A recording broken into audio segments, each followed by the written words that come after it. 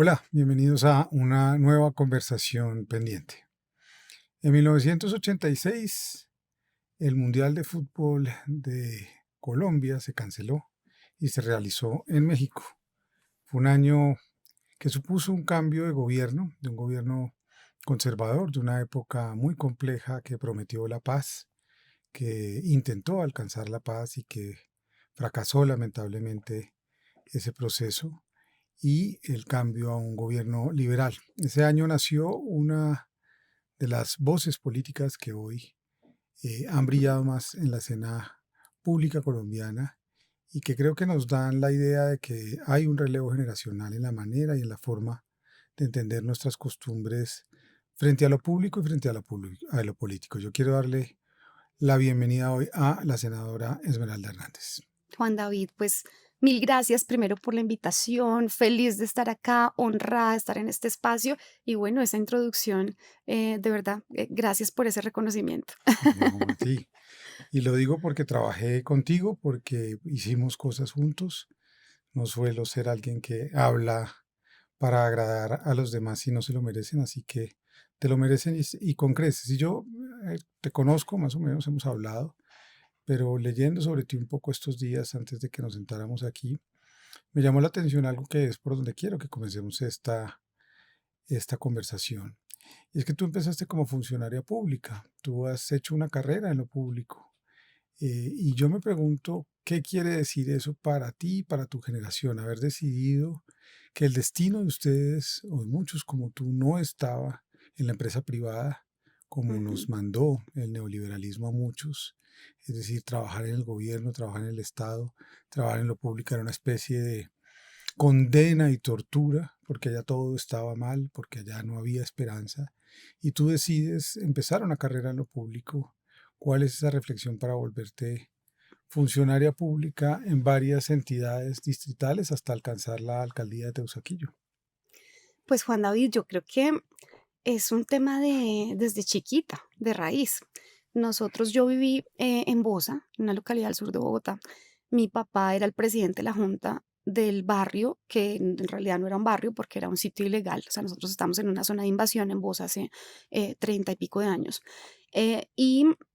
Pues con carencias, con una complejidad colectiva también difícil, violencia todos los días en cada esquina amanecía un muerto, no teníamos servicios públicos, no teníamos luz, nos robábamos la luz, el agua, estábamos conectados de manera ilegal. Y yo entendí con la tarea que hizo mi papá, que fue una tarea compleja también, que si no se trabaja en lo colectivo, pues no hay mejoras colectivas, bienestar colectivo. Entonces con mi papá legalizó el barrio, mi papá llevó el acueducto, llevó el gas natural al barrio, haciendo una tarea, mi papá no tiene ni siquiera bachillerato, pero haciendo una tarea desde lo colectivo, desde la gestión, juntándose con los vecinos. Y ahí yo entendí que en la vida uno tiene dos caminos.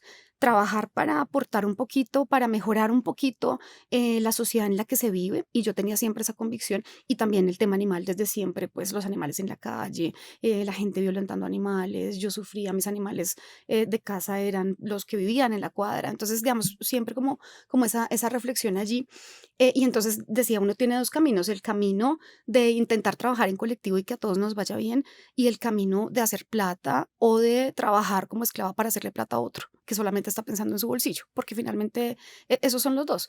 Y yo desde chiquita siempre con el camino colectivo, de hecho estudié administración pública, es decir, no fue que me tocó terminar en lo público, funcionaria pública porque no conseguí trabajo, no, fue porque fue una decisión mía, yo estudié administración pública, estudié análisis de política pública, hija de la educación pública, y mi camino, yo no me veo nunca y nunca me he visto trabajando en el sector privado. Yo creo que uno aquí trabaja para un colectivo, trabaja para el bienestar común y trabaja para ayudar. Entonces, ese ha sido un tema de convicción y yo creo que los que trabajamos en el sector público tenemos convicción.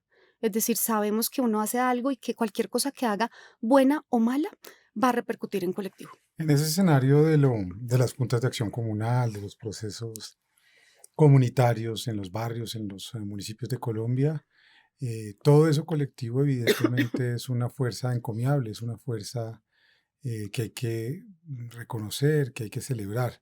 Pero también muchas veces allí se abreva lo peor de la politiquería colombiana. Son esos mecanismos los que usan los políticos para cooptarlos y para volverlos parte de sus estructuras. ¿Por qué no hablamos de eso? ¿Y qué viste tú cuando eras niña? ¿Qué le tocó ver a tu padre? ¿Qué te tocó ver en tu barrio? ¿Cómo funcionan estas estructuras que a veces la gente cree que son abstracciones, pero que resulta que son organizaciones de personas que son, digamos, que tienen un orden y que funcionan para dirigir, o más bien para cooptar políticamente a estas organizaciones que tienen esa fuerza colectiva, por supuesto? Eso está claro también, Juan David. Yo creo que en la política pasa lo mismo. Es decir, hay dos caminos. Utilizar la política para el negocio y para robar plata y para vivir bien y para fortalecerse económicamente, porque la política es un negocio en la inmensa mayoría de los casos, lamentablemente, o utilizar la política para servir. Siempre lo he visto, es decir, en barrios como el nuestro, en la localidad de Bosa, pues la política llegaba era a través de mercados, a través de bonos, a través de paseos, a través de plata, por supuesto, del día electoral. Eso era una feria, literalmente. El día electoral era una feria. Se Y luego regaban uno, o sea, dinero. era una feria o eran las filas. O sea, lo recuerdo bien porque además vivíamos en ese mundo, digamos. La gente tenía que ir con su tarjeta, en ese tiempo pues no habían fotos, celular, nada, pero iba con su tarjetica certificado electoral y reclamaba el mercado, pero después de votar. Entonces iba, votaba, lo llevaban en los buses y con la tarjetica reclamaba el mercado. Básicamente era a través de mercados porque allá la gente no tenía con qué comer. Entonces eran buses completos de mercados abarrotados hasta arriba y la gente entregando con su tarjetica. Y eso no ha cambiado mucho hoy. Es decir, hay distintas maneras, ya no es el mercado directamente, pero hay distintas maneras y más sencillas. También se ha mejorado la industria de la compra al voto a través de distintos mecanismos. Y también estoy segura que la ¿Cuáles? política, ¿Conoces algunos? pues, es decir, ya es la foto del voto y la plata, el intercambio, O el NECI. el NECI, exacto, o sea, o la entrega de la entidad regional, digamos que eso hace que sea un poco más indirecta la cosa con el candidato, pero entonces está una entidad regional al servicio de el contrato de prestación de servicios. Usted le renuevo además porque están mediados los contratos y las renovaciones y los tiempos de contratación con el tema electoral, con el día electoral. Entonces me trae la lista de los 40 compuesto y con mesa de votación y si no me aparece en esa mesa el voto, entonces está en riesgo su contrato. Cruzan Entonces, claro, por todo el tiempo supuesto, pero lo información. hacen así, es decir, cruzan mesa, cruzan puesto y si no le salieron los 40 votos que tenía que sacar el funcionario, pues está en riesgo el contrato de prestación de servicios. Así que digamos que hay múltiples mecanismos, pero básicamente la política corrupta, clientelar y la compra de votos en Colombia se mantiene. Que es la más Siento grande. que es la más grande, por supuesto, el voto, ese voto duro, digamos, de clientela. Pero también siento que hay otros cambios, digamos, en favor también de la política buena, que es, por ejemplo, las redes, los medios alternativos de comunicación, esto que hoy estamos haciendo. Es decir, esto no se hablaba antes, esto era absolutamente normalizado en todo el país, sobre todo en las regiones, sobre todo en las zonas rurales, y nadie lo cuestionaba porque lo veía como algo normal, así es la política, es natural. Hoy ya se cuestiona, hoy ya hay otros mecanismos de denuncia, de cuestionarse, de sentar su voz en contra de lo que está pasando. Las redes te permiten también en tiempo real, porque antes eso no pasaba y era más fácil de manipular la información, conocer una denuncia, saber qué hizo, qué dijo un funcionario público o qué no dijo, cuál es la postura frente a un tema específico de un congresista, de un concejal, de un diputado. Es decir, lo conoces en tiempo real y eso también te hace cuestionarte el apoyo, la postura que tienes frente a ese candidato o candidata o frente a ese político. Entonces creo que también hay nuevas maneras de hacer política y también creo que eso digamos, ha sido un proceso lento, pero sí creo que ha contribuido a que haya un poquito más de conciencia y que haya un poquito más de voto de opinión. La gente es más crítica, la gente, por ejemplo, y uno lo escucha en campañas, la gente le recibe al político eso, el bono, el mercado, la transacción, el favor, pero cuando está en la urna tiene la conciencia de que puede votar por otra persona y de que allí nadie lo está, o sea, que no, nadie le está poniendo una pistola pues para que tome una decisión mediada por ese otro tipo de situaciones, sino que puede votar a conciencia. Y mucha gente lo hace ahora, sí, es decir, recibe pero vota a conciencia o no recibe porque le genera repudio, que es al punto en el que deberíamos llegar, ¿no? Al punto al que deberíamos llegar. Pero siento que hoy hemos avanzado, lo dice el Congreso de a poquito se ha venido renovando. Yo siento que el Congreso sigue siendo la institución más desprestigiada y más corrupta de este país, que recoge todo lo peor de la política. Es decir, allí está todo lo peor de la política, pero siento que en alguna medida se ha transformado un poquito. Antes liderazgos de jóvenes, de indígenas, de campesinos, de mujeres, eran casi que imposibles. Hoy al menos hay una posibilidad. Hay una posibilidad a través de eso que te digo, desde la conciencia, desde el diálogo, desde las redes sociales, desde la reflexión, desde los medios alternativos.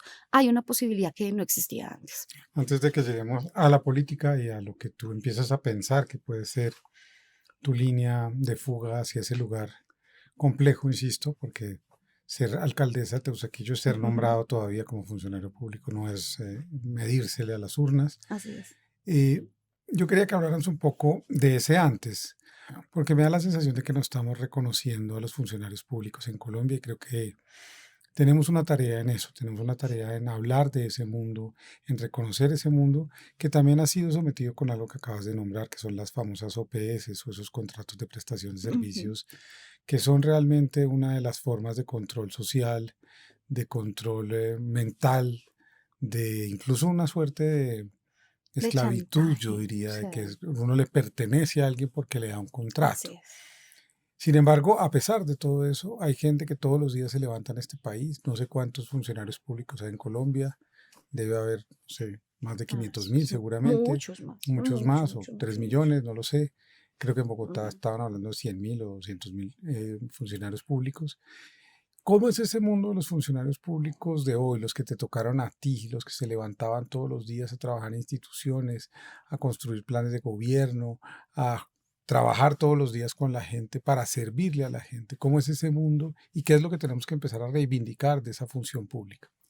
Lo primero, pues, es reconocer que son trabajadores, trabajadores y trabajadoras. Por el hecho de que sean funcionarios públicos, primero están estigmatizados. Es decir, la gente, cuando uno dice, no, yo llevo trabajando en la función pública 20 años, entonces la primera reflexión de la gente es, ah, ha vivido de la teta del Estado y de la plata pública 20 años.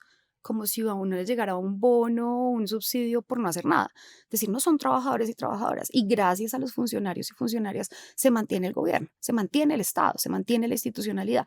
Por supuesto, con defectos, por supuesto, con todo lo paquidérmico que resulta un Estado como el colombiano, una institucionalidad que ha sido construida además alrededor de las mafias, alrededor de los poderes tradicionales durante 200 años de vida republicana, pero igual hay cosas que también se hacen bien. Y detrás de eso hay gente que todos los días se levanta a trabajar, que todos los días madruga, que todos los días hace la tarea para intentar que funcione. Es decir, la política pública también ha tenido resultados efectivos, también hay buenos resultados alrededor de la política pública. Hay gente, hay funcionarios que se dedican a viajar, por ejemplo, los temas agrarios, los temas mineros, hay temas muy duros que sacrifican tiempo con sus familias, que sacrifican tiempo de descanso, que están viajando por todo el país, entregando tierras, que están haciendo negociaciones para temas de cultivos de uso ilícito, que están entregando infraestructura. Es decir, allí también hay un trabajo importante que siento yo ha sido estigmatizado y no ha sido valorado y reconocido. Digamos, las condiciones laborales de muchísimos de los funcionarios que no son reconocidos funcionarios, porque solamente una porción pequeñita realmente tienen alguna estabilidad laboral. Los otros, que es el grueso, que es esa nómina paralela que conocemos, sostienen al Estado, es decir, son los contratistas de prestación de servicios que generalmente están durante 3 o 4 meses al Millones de año, personas. millones de personas que están 3, 4 meses al año sin trabajo, pero que además les toca ir porque si no se caen los procesos, pero además los sancionan no contratándolos. Es decir, si deja de ir el tiempo que no tiene de contrato, pues cuando llega ya lo han reemplazado. Así que de verdad que es una tarea compleja, difícil, que es necesario reconocer y que yo creo que hay que dejar de estigmatizar de la manera en la que se ha ¿Y tú hecho. cómo piensas, tranquila, tómate tu aromática, cómo piensas que podemos empezar a transformar eso? Porque yo creo que ahí está parte de una de las imposibilidades que ha tenido este proceso de cambio. No porque la gente sea mala, no porque la gente per se no quiera que las cosas cambien, sino porque hay una Ujú, tensión, un miedo, una especie de vigilancia dentro de las mismas instituciones, una angustia de lo que dices, si me voy un segundo me van a quitar mi puesto, ujú, pero si me voy y me lo quitan voy a acusar al que llegó para ver de quién es amigo y dañarle la así vida. es. Entonces hay una especie de paranoia institucional que es muy compleja. Nosotros evidentemente intentamos y se logró en algunas instituciones. El Ministerio de Cultura va a quedar casi con más de 1.000 cargos de Qué planta. maravilla, Lo recibimos con 240 qué maravilla. eh, Ujú. plazas no más. Y eso va a ir cambiando. Pero ¿cómo le cambiamos la mentalidad a la gente también? Que eso es vivir de la teta del Estado, que esta gente de verdad hace que funcione lo que funciona.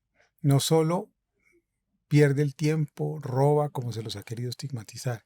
¿Qué es lo que hay que hacer también institucionalmente? Tú que estudiaste administración pública, ¿tienes una propuesta de fondo sobre eso? ¿Has pensado el tema de cómo podemos intervenir lo público para que empiece a funcionar? Yo creo que, digamos, esa pregunta es compleja porque la solución es compleja. es una solución estructural. Para mí, primero, la gente tiene que cambiar o sea, para que la gente pueda cambiar la visión de la institucionalidad que la asocia con la política, hay que cambiar el funcionamiento de la institucionalidad, o si no va a seguir pensando lo mismo porque realmente pasan muchas cosas feas, digamos, dentro de la institucionalidad. ¿Qué pasa? Que está atada a lo político. Entonces la gente sabe que el que está allí seguramente, entonces la gente tiene en la cabeza que es una corbata y que se dedica es a hacer política para conseguir votos para el jefe de la entidad. Entonces, para cambiar eso, pues hay que cambiar la manera o cambiar el funcionamiento de las entidades. ¿Y eso qué implica? Primero, por ejemplo, que los nombramientos de muchos de esos liderazgos sean de mérito. Hablo particularmente, por ejemplo, de las instituciones, los órganos de control. Decir, la procuradora o el procurador tiene que ser de mérito para que la procuraduría no esté al servicio de un sector político y los funcionarios a su vez no se contraten al servicio de un sector político. La fiscalía lo mismo, la defensoría del pueblo, la contraloría, porque eso hace que además ellos que tienen la función de cuidar, de preservar la constitución política, los recursos públicos, la moralidad pública, no lo hacen. Son los primeros que la violentan, que la vulneran. Así que cuando empezamos justamente por allí, pues ya todo está dañado, todo está roto. Entonces, debe primar el mérito. Segundo, deben darse las condiciones de estabilidad laboral a los trabajadores públicos. Es decir, hoy los trabajadores oficiales, por ejemplo, están en amplias desventajas frente a lo que se reconoce como funcionarios públicos, que es, digamos, una dimensión distinta en la administración pública. La nómina paralela, las nóminas paralelas deben empezar a desaparecer de manera gradual, por ejemplo, por supuesto, porque eso implica pues recursos, erogación pública y demás, pero deben desaparecer para que la gente no esté al vaivén del político de turno, del gobernador, del alcalde de turno, del ministro de turno, sino que tengan estabilidad y puedan mantener la implementación de una política de Estado y no de gobiernos, de los gobiernos que van pasando.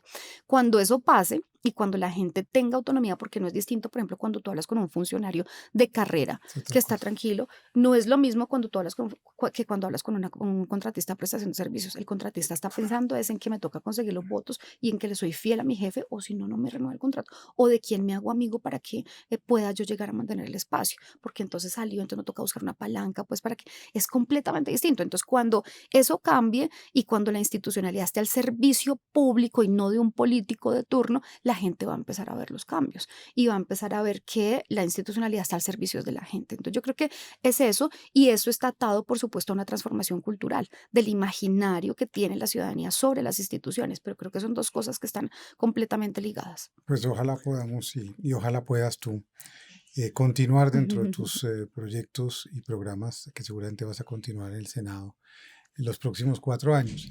Entonces, en ese momento, tú te vas a hacer el plan de gobierno de Nariño, el plan se llama Nariño Corazón de la Vida, ya estaban, Corazón del mundo. Corazón del Mundo, ya estaban soñando con los corazones y con el mundo. Es un plan además que es premiado, ¿no? Es un plan Así que es. tiene un reconocimiento El mejor importante. plan según el DNP, Plan de Desarrollo del País. Ese lo hiciste con Camilo Romero. Así es. Ok. Ujú. ¿Y cómo es el momento entonces en donde tú dices yo de lo público, de trabajar en toda la alcaldía, en todos los lugares donde trabajaste, voy a dar el paso a lo político? Porque creo que es un paso complejo, es un paso que si te resbalas, probablemente vas a quedar en ningún mundo, sobre todo si tú no perteneces a una organización o una estructura, digamos, de poder muy clara. Tú ya tenías un compromiso político, además del de tu padre, ya estabas organizada, te habías organizado en el Partido Verde. ¿Cómo era un poco tu vida política cuando decides dar el paso a lanzarte al Congreso?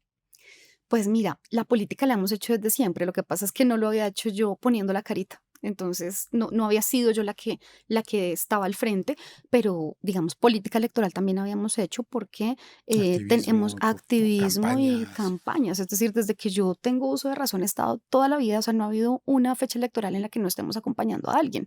Con Gustavo Petro, pues lo hemos acompañado desde la Bogotá Humana desde hace muchísimo tiempo. Nosotros venimos del polo. Entonces terminamos en el verde cuando sale Petro el Polo, progresistas, queda no el Partido Verde, sino el Partido Alianza Verde, que es una fusión con progresistas. Es decir, nosotros venimos de la militancia progresista de izquierda de este país y desde hace muchísimos años. Entonces, siempre, siempre acompañando, siempre impulsando liderazgos. Yo estuve metida en el referendo para incluir la figura de la revocatoria de los congresistas en la Constitución. Nos recorremos el país, más de 1 millón de firmas recogimos. Eso es una locura teniendo en cuenta la falta de garantías enorme que tiene este país para realmente implementar y llevar a cabo los mecanismos de participación ciudadana, por ejemplo. Entonces, digamos que esa tarea la hemos venido haciendo. Yo conocí el Congreso, trabajé en el Congreso como funcionaria UTL en el ¿De quién? Congreso de Camilo en Ajá. el 2010, digamos, por allá hace ya 15 años, imagínate. Entonces, y mucha gente de la que hoy trabaja en el Congreso, pues era compañera mía. Es decir, yo hacía la tarea desde ir a recoger la papelería para imprimir ahí en una cosita que hay abajo, una escalera, recoger la correspondencia, servir el tinto, escribir proyectos de ley. Es decir, hacíamos de todo un poco. Hice la tarea de la revocatoria de los congresistas. Entonces, hoy me conozco con muchos que hoy siguen siendo mis compañeros, porque trabajé con ellos y están allí, pues porque son funcionarios de carrera en el Congreso. Entonces, Vienes conocía de abajo, vienes tal de cual, o sea, ellos me vieron a mí tus llevar el periódico, corredores. literal, o Mm, sea, atender la gente, recibir la gente en la oficina, agendarlos, sacar a entrar la gente, o sea, mm. la tarea que hacen los congresistas, los trabajadores de congresistas. Y bueno, digamos que desde siempre con la tarea llegamos a la alcaldía local de Teusaquillo. Allí hacemos una tarea interesante, chévere, sobre todo con el tema ambiental y animal, que no existía en las alcaldías locales en Bogotá. Y lo logramos y lo dejamos además institucionalizado en todas las alcaldías locales, porque no existía Esto y es Bogotá nosotros, humana. eso fue, No, no, no, no, eso eso fue fue ya en el Peñalosa. 2020. Ah, En eso el es Claudia. 2020, Mm, eso fue Claudia. ujú. Entonces, llegamos allí, no existía, por ejemplo, el tema animal ambiental en encuentros ciudadanos, presupuestos participativos, hacemos una tarea súper interesante allí, plan de desarrollo, implementación. Encuentro yo algunas diferencias con la administración distrital. Tomo la decisión de hacerme a un lado, digamos, por diferencias profundas y siempre acompañando el proceso de Gustavo Petro. Nosotros teníamos la intención de tener una candidatura en un espacio, pues con lista abierta, normal, digamos, una candidatura normal, pero se empieza a configurar todo el escenario del pacto histórico y nosotros, el Partido Verde, no logra ponerse de acuerdo alrededor de la figura de Gustavo Petro y nosotros decimos, no nos vamos a marginar y a apartarnos y a dificultar la única posibilidad real que ha tenido el país de tener un gobierno progresista. Así que nos apartamos del verde como una tendencia que se llamó Verdes por el Cambio, que éramos los verdes que queríamos acompañar a Gustavo Petro, porque finalmente el verde no tomó una decisión y terminamos llegando al pacto que fue finalmente nuestro origen. Es decir, nosotros llegamos al verde justamente por todo lo que ya te he contado, pero nuestro origen fue siempre lo que hoy se conoce como el Agroemporio, pacto. sí. Entonces volvemos al pacto y allí pues hacemos la tarea con la coherencia, pues digamos, con la que hemos hecho la tarea durante todos estos años en el Congreso. Entonces, volviste al Congreso ya a ocupar una curul como senadora estos últimos 3 años, que has Ujú, estado además muy visible por el tema animalista, por otros, por la defensa de muchos otros temas y proyectos y programas del gobierno, pero también por un asunto que yo creo que podemos discutir y hace parte de el Partido Verde, que es un partido que nace por allá en 2009, 2010, bajo la, digamos, la estela de un pequeño aire de cambio que representó a Antanas Mocus, en donde del otro lado estaba ujú, Gustavo Petro. Digamos, hubo un momento en la elección de Santos que se encendió una esperanza, digamos, para mucha gente de que ahí ujú. había una vía. Lamentablemente, como todos los partidos políticos en Colombia, terminan siendo cooptados por estructuras. Y el partido ha tenido una tensión muy grande estos últimos 3 años. ¿Cuál es tu lectura de esa tensión, de esas pugnas, de esas personas que lamentablemente hoy, y lo digo lamentablemente por el país, no por ellas, cada quien es responsable de sus decisiones y su destino, pues han protagonizado escándalos realmente abominables de corrupción, que no son de hoy, que son parte de un sistema y que simplemente Ujú. el sistema pues los ha traído hasta aquí y hoy ha empezado a saberse esa corrupción de la que ha hecho parte ese partido del que tú hiciste parte. Pues mira, yo creo que como tú lo dices, el Partido Verde nació como un partido de esperanza, como un partido además con unos ideales claros alrededor del tema ambiental, porque es verde, porque defendía la vida, defendía el ambiente, la naturaleza. alrededor de una lucha anticorrupción. Digamos, esas son las que yo recuerdo en las principales causas del Partido Verde. La vida, los recursos son sagrados, la plata es sagrada, lo público es sagrado a lo mocos. Y de eso, pues hoy realmente queda muy, muy poco. Que siento yo que terminó siendo una estructura que se dejó permear simplemente por el interés de fortalecerse electoralmente. No tuvo, digamos, un filtro, no tuvo una autonomía a la hora de decidir a quienes aceptaban y a quienes no.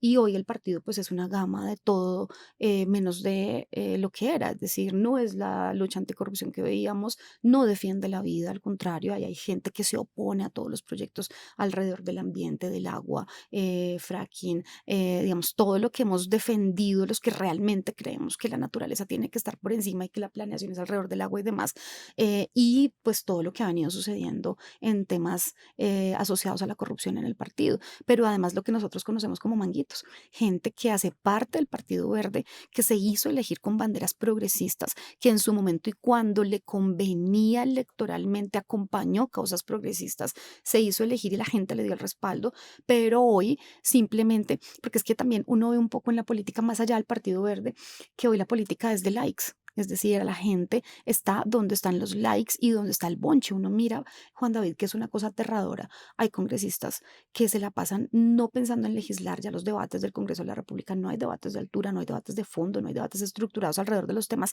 Están solamente pensando el momento, listos con la cámara para armar el bonche y para salir en un video que se haga viral porque se agarró con otro o porque se insultó o porque el otro dijo algo y yo le contesté durísimo y la gente dice, uy, qué berraco, cómo le contestó de fuerte, ese sí tiene los pantalones bien puestos, como dicen, hablando pues de manera machista, pero digamos, hoy la política es así y muchos de esos están en el verde. Es decir, han puesto la moda de la política de los likes, de la política del bonche, de la pelea, del encontrón para tener visibilidad.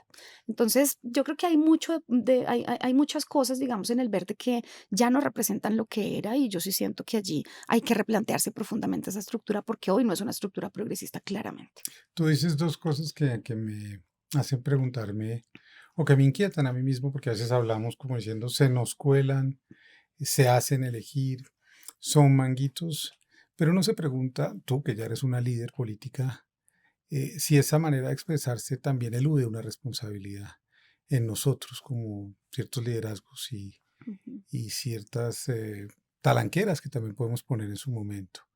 ¿Cómo es que llegan esas personas? Esas personas no pueden autoimponerse, decir, ay, me voy a hacer elegir. No, hay algo que es el sistema, que es el mecanismo, como lo llamó una serie brasileña, de que funcionan las cosas así, y Ujú, uno se da ujú. cuenta, porque uno no es ingenuo, porque uno no... De acuerdo. ¿Qué es lo que se puede hacer para empezar a resistir o empezar a conversar de otra manera? Porque si solo se vuelven personas, entonces la discusión sobre lo programático, sobre un proyecto de país que anteponga los intereses personales a los colectivos, como te enseñó tu padre, va a fracasar siempre. Si todo el tiempo el problema es que hay uno que es malo, que hay una oveja negra que se nos coló en este rebaño de buenas ovejas, Ujú. pues yo creo que estamos eludiendo la conversación. ¿Qué es lo que no sabemos conversar todavía en la política colombiana para asegurarnos de que quien esté ahí tenga que decir a veces, ahora no te tocó Senado, hazte a un lado y te tocó volver a ir a trabajar, acompañar a Juan David, que ahora va a ser senador, y entonces tú lo acompañas a él y le ayudas. Y Ujú. así de alguna manera vamos construyendo una idea distinta del mundo que tiene que ver con lo que tú has protagonizado por eso te hago esta pregunta, tiene que ver con lo que has protagonizado en el Congreso, con ciertas tensiones que ha habido contigo en el tema del animalismo, contigo y de otros entre ellos, Ujú. como si las causas fueran personales, como si las causas Tuvieran nos... dueño. Claro, porque eso yo creo que es Ujú, dramático. Yo ujú. creo que ahí hay un drama en este país, todavía lo estamos viendo, necesitamos ver en este debate electoral las ideas. Entonces, antes de ir a las ideas, ¿qué es lo que tú sientes que nos falta en los nuevos liderazgos políticos? Tú eres una mujer muy joven, no tienes ni 40 años todavía. ¿Qué es lo que, y tienes esperanza en que algo así pueda ocurrir? Tengo toda la esperanza, sobre Ujú. todo por lo que estamos viviendo en el pacto. Mm, yo creo que el presidente Gustavo Petro ha hecho muchas cosas por este país, es decir, muchas cosas. Pero uno de los principales aportes es que haya logrado, que esté logrando consolidar un sector como la fuerza más importante de este país, que es el sector progresista. Porque aquí siempre se ha hablado de individuos, digamos, como los salvadores de causas, de proyectos, de partidos. Y en el mejor de los casos, cuando hablamos de lo colectivo, en el mejor de los casos se habla de partidos, que eso también es una cosa, digamos, que ya vemos cómo termina. Lo que está pasando alrededor del pacto histórico, justamente, a pesar de todas las dificultades, porque el sistema, como tú lo dices, está hecho para esto, digamos, para que no funcione la política, para que no funcione lo colectivo, a pesar de todo ese sistema y de esa estructura, estamos intentando contarle a la gente que aquí se puede trabajar por proyecto y no como individuos. Es decir, cuando uno escucha al presidente Gustavo Petro, dice "Es que ustedes no van a salir a votar votos, a buscar votos por Esmeralda Hernández, ni por María José, ni por Wilson Arias, ni por ninguno, sino la gente está pensando en el pacto y en qué representa el pacto histórico. Es decir, no son individuos, es una causa colectiva. Es decir, el pacto histórico representa la lucha por los trabajadores, representa la lucha por el ambiente con causas estructurales, representa la defensa de los animales, representa la defensa de los adultos mayores. Es decir, es un proyecto y se está haciendo la tarea por un proyecto. Por eso, por ejemplo, la idea de las listas cerradas y de que la gente no esté pensando en individual, sino que esté saliendo a contar un proyecto colectivo que nos recoge a muchísimos en este país, ya para mí es una transformación, un cambio enorme, y eso es un tema pionero en el presidente Gustavo Petro. Pero además ahorita le quiere meter un tema adicional, que es las elecciones primarias, donde haya también una democracia para ver quiénes son los que realmente en estos escenarios de poder van a representar o vamos a representar esa causa colectiva. Entonces, y pasar de lo individual a lo colectivo me parece que ha sido aquí una muestra generosa, chévere, que creo que puede trazar una ruta en la democracia. Ahora, la individualidad, pues digamos que también es un tema muy arraigado en la sociedad. Es decir, la gente vota por figuras emergentes como un JP, por ejemplo, porque lo vea ya con esa postura. Es decir, a la gente le gusta que sea un tipo frentero, que dice las cosas y tal, pero deja de lado lo estructural, deja de lado las causas, deja de lado, es decir, lo que realmente puede sostenernos en la política y lo que realmente puede generar cambios en la política. Así que son discusiones inacabadas, pero yo creo que estamos dando pasitos, así que sí tengo esperanza. Dentro de esa agenda entonces progresista, tú eliges, ¿cierto?, unas líneas de trabajo, que son las que te han llevado a tener las discusiones que has tenido y a conseguir y a tener las conquistas que has tenido, como la ley antitaurina que tuvimos el gusto de trabajar, o de yo ayudar más bien a todo el empeño que tuviste. ¿Cómo es esa agenda progresista que tú tienes? ¿Cuáles serían entonces los enfoques políticos que tú defiendes y los que quieres ampliar de aquí a los, pues, a todo lo que te queda como carrera, que creo que va a ser muy larga y muy fructífera, sin duda? Pues bueno, yo creo que desde siempre, es decir, no es ahorita, desde siempre en los escenarios donde yo he estado, he intentado impulsar el tema ambiental animal. Por ejemplo, en Nariño, eso fue hace ya 15 años, 10 años, en esa época no existía una Secretaría de Ambiente en ningún departamento. Nosotros somos los primeros en crear la Secretaría de En Ambiente Nariño. en Nariño, y de allí las otras gobernaciones empiezan a hacer lo propio. Lo hicimos por primera vez.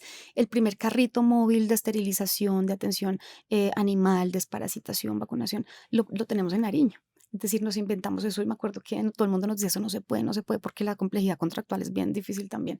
Y fue el primer carro que en el país salió a recorrer los territorios para buscar animales e intentar controlar la población y demás.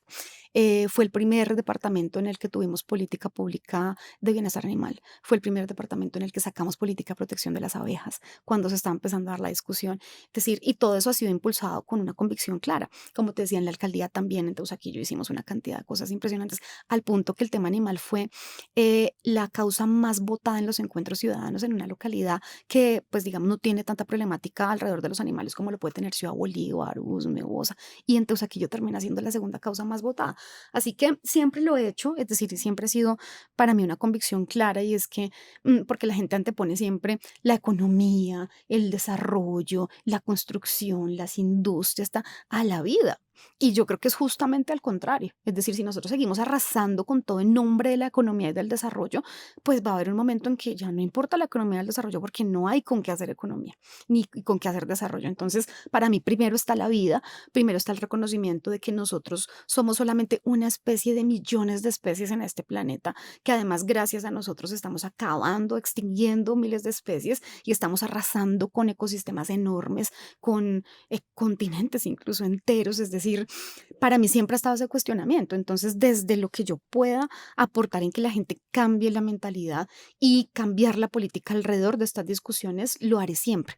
Y creo que ha cambiado mucho. Es decir, si tú miras, por ejemplo, la lucha antitaurina hace 20 o 30 años, eran tres loquitos que los llamaba la gente como que esos tres loquitos desparchados allá frente a esa plaza que hacen cuando eran miles de personas aglomeradas alrededor de la tortura.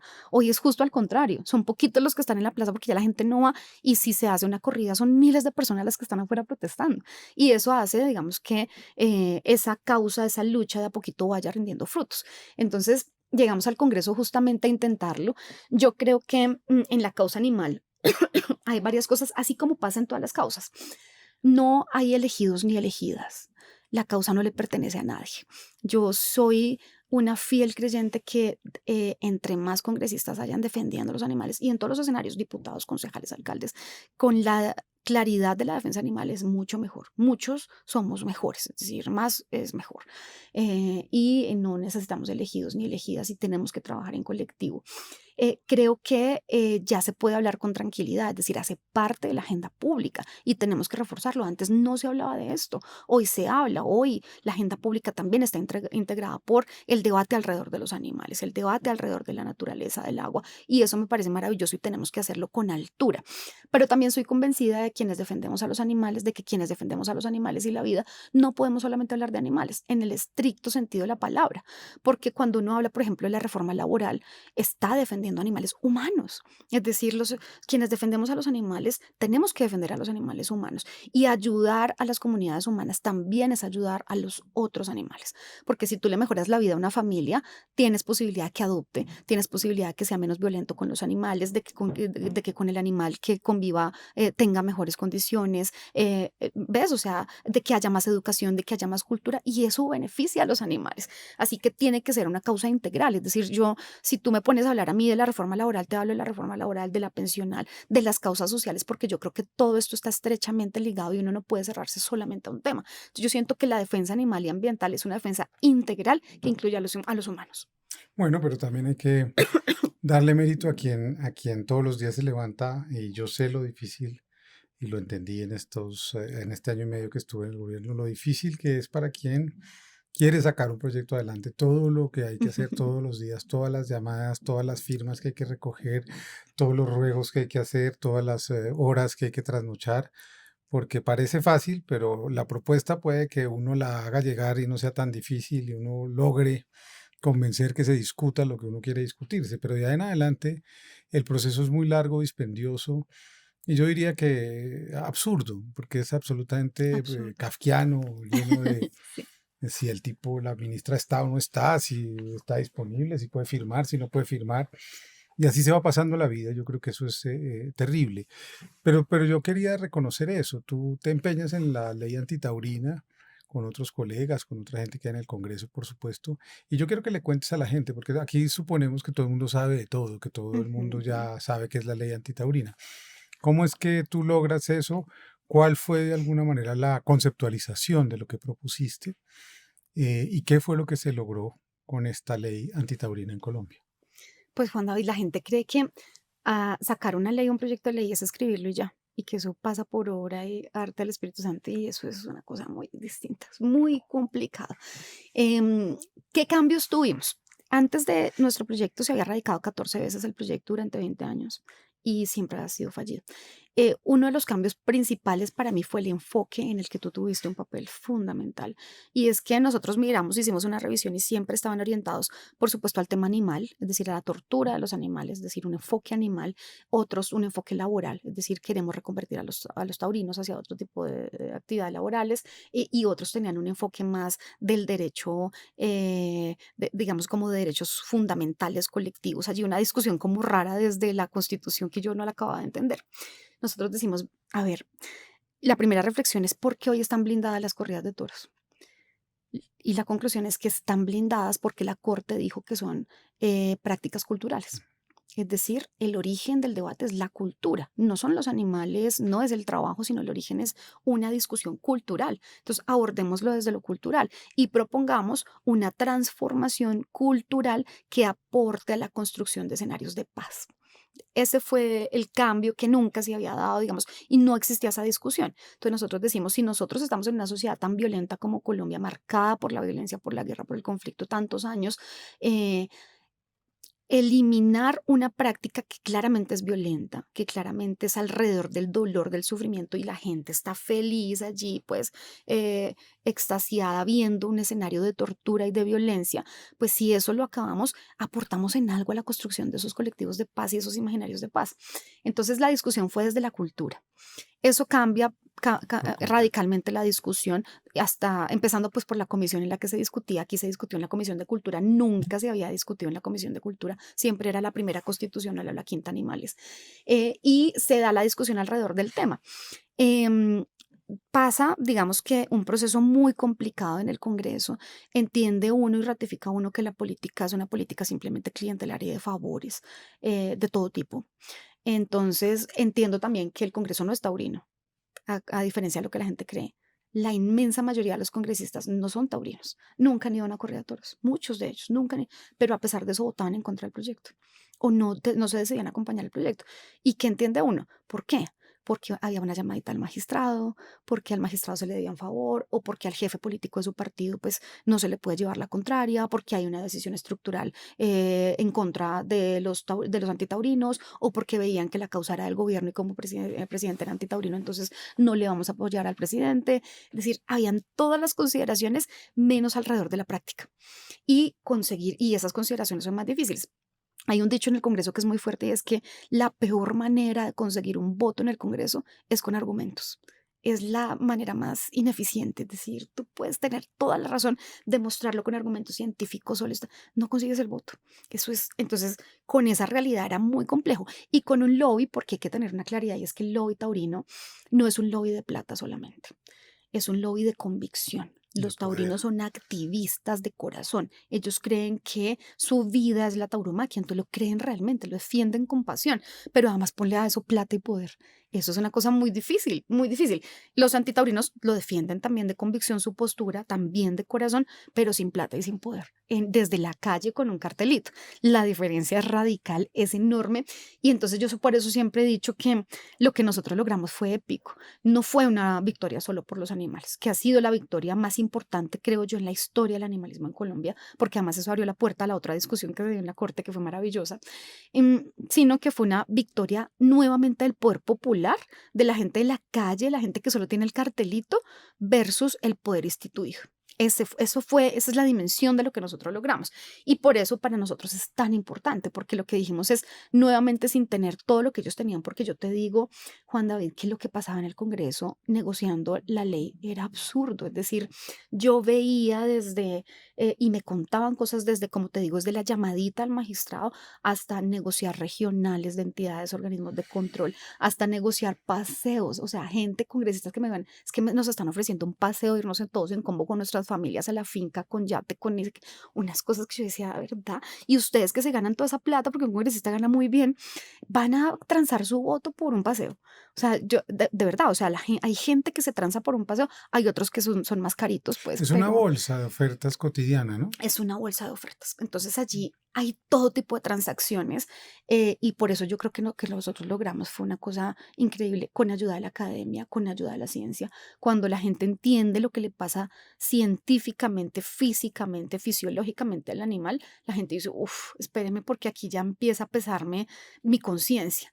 Es decir, y tuvimos muchos votos de la conciencia. A mí me Cuéntale a la pasó, gente, aprovecha. ¿Qué le pasa a un animal, a un toro, cuando es una cosa bárbara, porque la gente cree, y la gente dice, por ejemplo, corridas incruentas. Las corridas incruentas son iguales de tortuosas para los animales. Que no, que es que a los toros los indultan. Los toros indultados sufren más. O sea, yo prefiero que lo sacrifiquen en ese momento a que lo indulten porque el sufrimiento, el dolor del toro es terrible. Entonces, ¿qué pasa? Desde que lo sacan de su hábitat natural, porque lo cuidan muy bien, además es una cosa muy rara, lo cuidan muy bien durante ese tiempo, lo sacan de su hábitat natural, el animal ya empieza a sufrir una cantidad de situaciones de estrés que le generan dolor, se convierten en dolor físico porque son muchas horas, hasta 48 horas, hasta 72 horas de tránsito, digamos, en las calles, en las vías de este país. Entonces es un animal tratando de mantenerse en pie, con el estrés de que no sabe qué pasó, lo separaron de su manada, sin agua, sin comer, porque además la idea es debilitar al animal. Llega a un escenario donde no tiene forraje, donde no tiene comida, donde no es propicio para él, el animal ya se siente temeroso, con miedo, ya empieza a tener un desgaste. Cuando le hacen la tienta, por supuesto, como para saber qué nivel de bravura tiene el animal, ahí ya empieza a ser torturado. Y cuando sale al ruedo hay tres tercios, Juan David. El primer tercio, que es el tercio de varas, que es cuando salen, le clavan la vara al animal, es para medir la bravura, digamos, y la calidad del animal, la genética del animal. Ya le atraviesan su piel, ya le perforan órganos que están más hacia afuera, empieza a tener necrosis muscular, empieza a tener dolores profundos, empieza a tener sangrado interno, empieza a tener desequilibrio. En el segundo tercio, que es el tercio de banderillas, las banderillas son unas, pues digamos, unos puñales que tienen una especie de arpón como de flecha en la punta. Por eso le queda anclado al animal. Entonces le anclan tres banderillas. Esas banderillas, mientras el animal corre, mientras el animal se mueve, lo está destrozando por dentro. Ya empieza a tener sangrado profuso, es decir, muy fuerte interno, empieza a perder muchísima sangre, empieza a tener problemas de visión, le inmoviliza la cabeza, es decir, una de las banderillas está diseñada para inmovilizar su cabeza, para que tenga menor capacidad de reacción, empieza a tener problemas de respiración, es decir, le duele profundamente al respirar al animal, desequilibrios y todo lo que esto significa. El animal ya está debilitado, ha perdido muchísima sangre y el tercio de muerte lo que significa es que le atraviesan su cuerpo con una espada que mide 88 centímetros según el reglamento. Que le atraviesan, dependiendo de la manera en la que entre la espada, corazón, pulmones, riñones, pues por supuesto toda su parte muscular, un dolor profundo. El animal, el toro de Lidia tiene algo que es muy particular y es que es un animal que está diseñado genéticamente, lo digo literalmente porque ha sido modificado genéticamente por el ser humano. Entonces, ha sido diseñado genéticamente para resistir, es un animal que resiste. Entonces, contrario a lo que uno puede creer o lo que uno pensaría que entre más lastimado este se va a rendir más fácil y va a morir más fácil, al contrario, entre más lastiman al animal, el animal más intenta resistir.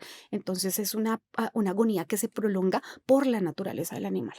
Y le atraviesan la espada, el animal ya es evidente el sangrado, porque el sangrado interno ya se transforma en sangrado externo, empiezan a sangrar por nariz, por boca, ya colapsa y el momento cúspide de la corrida, que es cuando el animal se postra ante el torero, es porque ya colapsó todo su sistema nervioso, digestivo, porque también hay problemas digestivos muy fuertes asociados. Bueno, colapsa todo su sistema y el animal termina muriendo. Cuando no muere, porque no fue tan hábil el torero de matarlo con la espada, le clavan un estoque en el cuello, es decir, le cortan prácticamente el cuello. Eso es lo que sucede en tauromaquia, Hoy que las es corridas de una. toros son ilegales en Colombia. Hoy la ley prohíbe las corridas, son ilegales, pero hay un periodo de transición, Juan David. Ujú. Entonces, digamos que lo que logramos con la ley es la prohibición de las corridas. El 22 de julio del año pasado, el presidente Gustavo Petro firma la ley y da 3 años de transición en las que se pueden hacer corridas de toros solo con el cumplimiento de requisitos que cumplen solamente 10, 11 municipios en el país, como Cali o Manizales. El resto del país no puede hacer corridas y si las hace son ilegales. Se pueden denunciar y eso tiene todas las implicaciones de ley. Entonces, el 22 de julio del año 2027 no podrán volverse a hacer corridas de toros en el país. Ayer estábamos mandándole un mensaje a Alejandro Eder en Cali, porque ellos tienen la potestad de no volver a hacer corridas en Cali. Es decir, la ley dice ¿Por hay una qué no parar ya? transición, Sí. porque no para. Es decir, la ley tiene una transición, pero perfectamente puede decir, yo empiezo la transición ya y en cambio de las corridas empiezo a probar cositas que sirvan para fortalecer la feria, que muestren otro tipo de Ningún alcalde expresiones. de centro derecha va No lo harán. a asumir la responsabilidad de haber sido el que quitó las corridas de toros, porque además la gente cree que eso lo hace una sola persona. Yo por eso quiero pedirte que a quienes reconoces dentro de este proceso en el Congreso de la República que te ayudaron, que están contigo o que han sido parte de la causa y que creo que han confluido para que esta energía nueva nos transforme, porque es una transformación cultural, que es lo que yo también dije cuando me De entrevistaron acuerdo. por la ley, y es que no se trataba de una discusión, por supuesto, solamente de derechos de los animales, de derechos de la vida, sino también de examinarnos a nosotros mismos culturalmente sobre nuestra propuesta frente a la vida, frente a lo que nos rodea.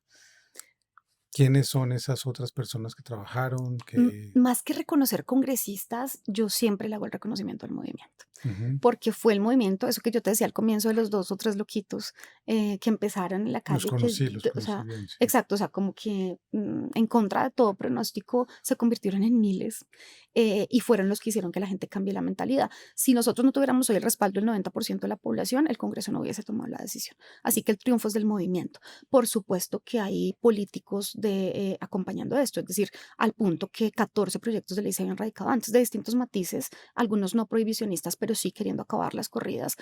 Congresistas de todos los partidos hicieron parte de este proceso. Y yo creo que aquí ahí vale la pena un reconocimiento a los congresistas, a todos los que votaron y que acompañaron. Yo te puedo poner un ejemplo muy lindo que nos pasó, yo creo que tú lo conoces bien. eh, en uno de los debates en la Comisión Sexta del Senado, yo buscaba a los congresistas, pues que yo creía que me podían acompañar y yo nunca busqué al Centro Democrático, porque yo decía, yo para qué pierdo el tiempo si ellos tienen una postura claramente de partido taurina. Entonces no los busqué. Cuando votamos, yo no contaba con ese voto. Y vota el senador Esteban Quintero con nosotros, del Centro Democrático. Yo dije, ese señor se equivocó, lo cogimos despistado, votó por error, no sé qué pasó. Termina la votación y yo me le acerco y le digo, Esteban, gracias, pero ¿qué pasó? ¿Por qué votaste o te equivocaste? ¿Qué pasó? Me dice, no, senadora, como la transmisión estaba en vivo y la discusión estaba en vivo, yo conté en ese debate lo que te conté ahorita del proceso del toro y tal.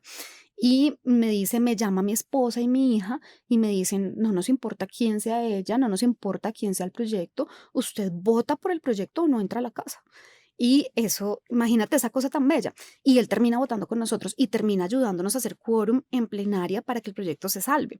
Y un conservador que era taurino, representante de la Cámara, nos acompañó porque nos escuchó y creyó en que era hora de que él también cambie su pensamiento. Entonces, es un representante de la Cámara conservador que nos acompañó gente de cambio radical. Es decir, yo creo que el reconocimiento es a la gente que logró, a la academia, a la gente que logró que esto pase. Juan Carlos jugó un papel fundamental en esta tarea, nos acompañó. Hubo una discusión enorme al comienzo, yo no sé, A Carlos Lozada. en ese momento estaba el maestro Zorro, encargado del ministerio, con él vamos a hacer la erradicación del proyecto, y llegas tú, digamos, en el mejor momento, en el momento más necesario, pero con él radicamos el proyecto y Juan Carlos se opuso al proyecto radicalmente porque era una iniciativa de gobierno. Bueno, eso fue una cosa terrible. Ese día fue un escándalo, fue escenario, pues debate nacional en medios, en todo lado, que Juan Carlos se oponía.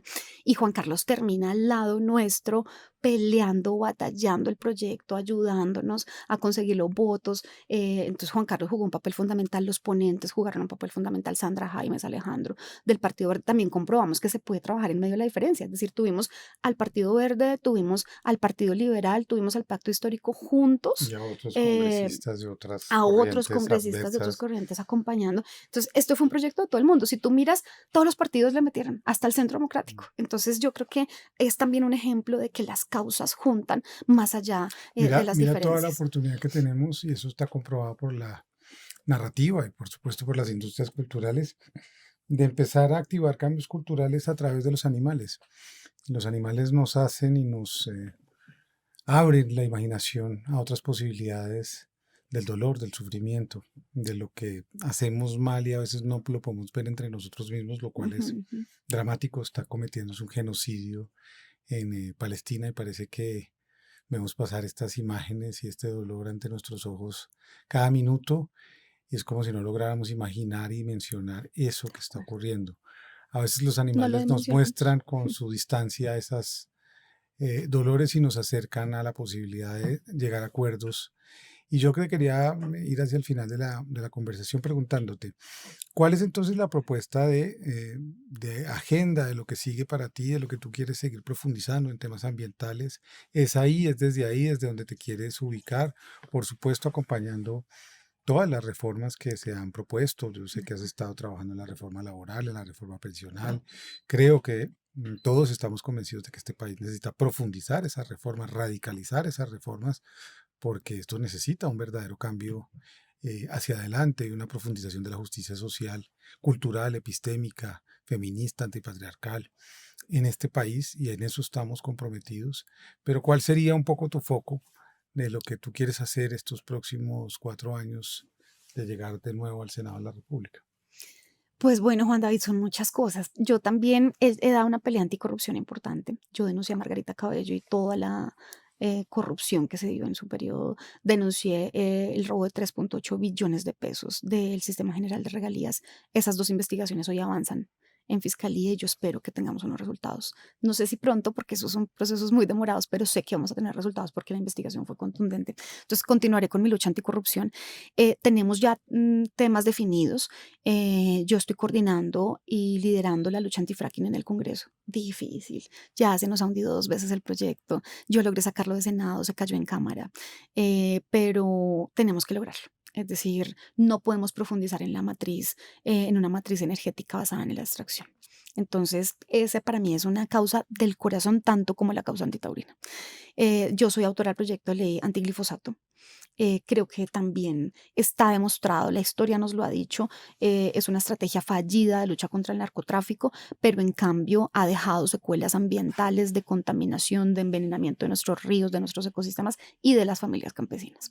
Entonces, tengo esa causa también muy arraigada y estamos luchándolo de nuevo por segunda vez. Radicamos el proyecto de ley para intentarlo porque ese proyecto no se ha hundido por votos, sino por falta de trámite. No nos quieren dar el debate. Entonces, allí está ese proyecto pendiente. Estamos trabajando en la ley de ríos. Nosotros sacamos la ley de humedales, también es de autoría mía propia. Y estamos trabajando en la ley de ríos, que es un tema para todos los ríos del país, porque ahorita están cogiendo los congresistas, de acuerdo a su región, en sacar un proyecto simbólico para reconocer el río de su región como sujeto de derechos, pero eso no se sabe ni qué es el sujeto de derechos, ni cuáles derechos, ni cómo se materializan, ni nada. Es un saludo a la bandera. Entonces queremos sacar un proyecto estructural para el cuidado de los ríos de Colombia. Lo estamos trabajando, es bien complejo, pero lo estamos trabajando.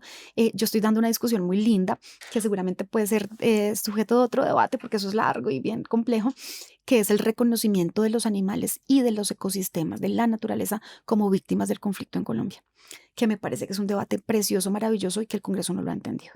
Ya está en debate, se ha suspendido 4 veces la sesión Está en porque los textos de la Comisión de la Verdad, no, ¿no? no, eso es una Eso está muy cosa documentado en muy Colombia. documentado, pero el Congreso se No lo entiende, opone claro. a reconocerlo. Tienes Entonces, que mostrarlo con la misma eh, sofisticación y claridad que explicaste de lo de los toros y vas a ver que vas a triunfar si cuentas así los relatos. ¿Qué le pasa de a acuerdo. un territorio sometido al extractivismo, a la contaminación intensa de las aguas, producto de los químicos que se usan para eso? ¿Qué le pasa a un territorio cuando se lo somete a un monocultivo? Así ¿Cómo es. no puede volver a crecer nada ahí?